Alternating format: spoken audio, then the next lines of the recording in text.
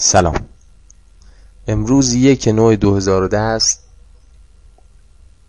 صحبتم رو شروع میکنم در ارتباط با قوم متبارک و گرامی یهود و به خصوص سرزمین مقدس اسرائیل، هدیه یهوه سبایوت به قوم عزیز خود یهود.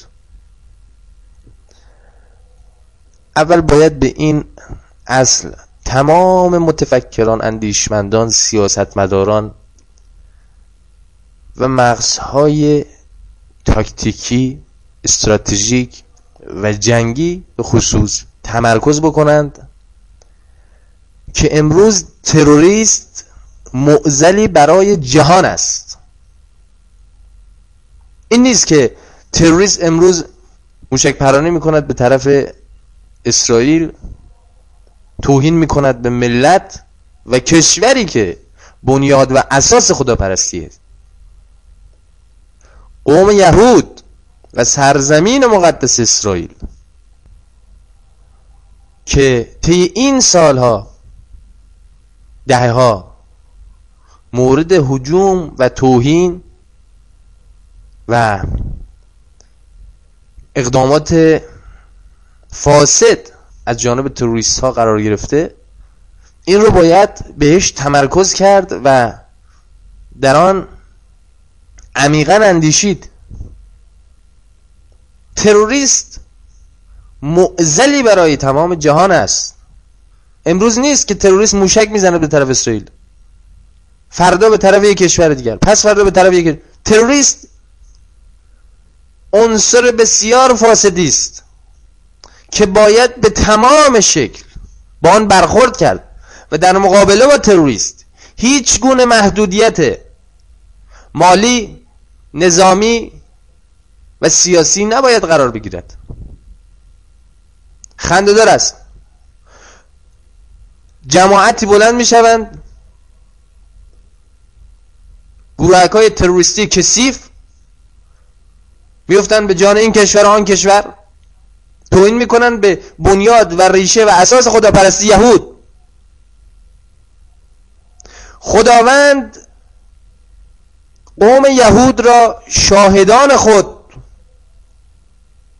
و قوم برگزیده خود انتخاب کرد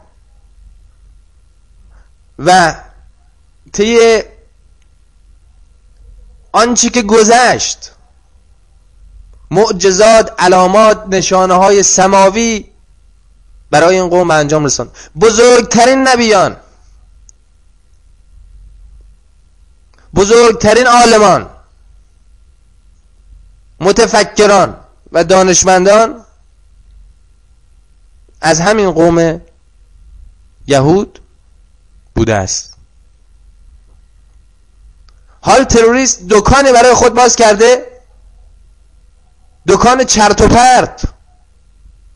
ما نمیدانیم، هیچ دینی خواستار نابودی قومیتی نیست. این جماعت فاسد انگل بر چه تفکری سوارن؟ آیا باجگیری؟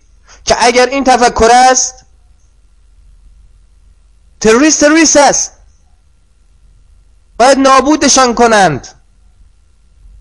معنی ندارد.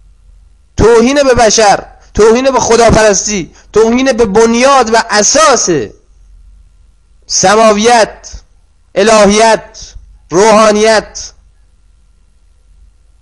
از جانب این گروه‌های تروریستی و انجام میرسد. مبارزه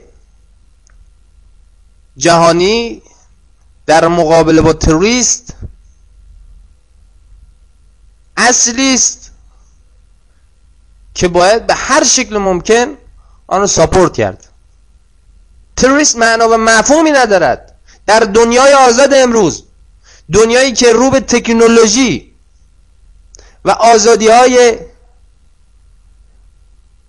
متفاوت از هر جهت پیش می رود، تروریست، بنیادگرا، افراطگرا معضلی است برای تمام تفکرات آزاداندیش و مهمتر از همه برای مذاهبی که میخواهند خدا را ستایش بکنند. 100% بر این اصل تکیه میکنم که هیچ مذهبی خواستار این مدل توهین و جنایت و فتنه و آشوب نیست. اما این گروهک های فاسد تروریستی به تماما باید نابود شوند. دکان باجگیری درست کردند، امروز موشک میزنن به اسرائیل، فردا به 4 کشور دیگه.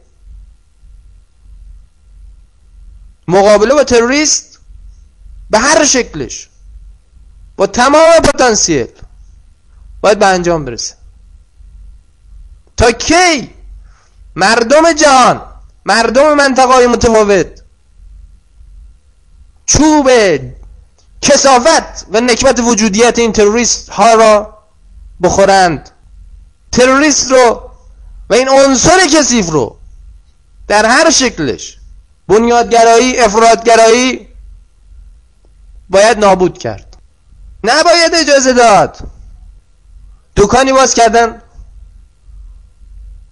جنایت میکنند، باجگیری میکنند، آدم روایی میکنند، سلب آسایش برای ملت ها میکنند.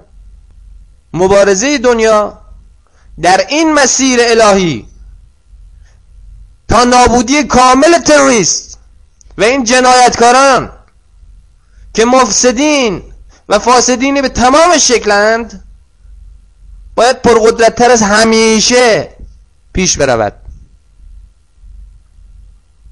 قوم یهود، سرزمین اسرائیل، بنیاد و ریشه و اساس خداپرستان است.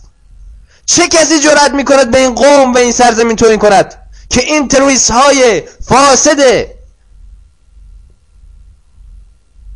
بی خدا و ضد بشر این گونه به ضد این قوم طی سالهاست اقدام میکنند؟ این شوخی نیست. دکان تروریست را بچینید، بر سر و کله این تروریست ها بزنید، نابودشان کنید. باید دم تروریست چیده شود. امروز به اسرائیل موشک میزنن، فردا به 4 کشور دیگه. پس دنیا حواسش جمع باشه. درود بر تمام یهوه پرستان عالم.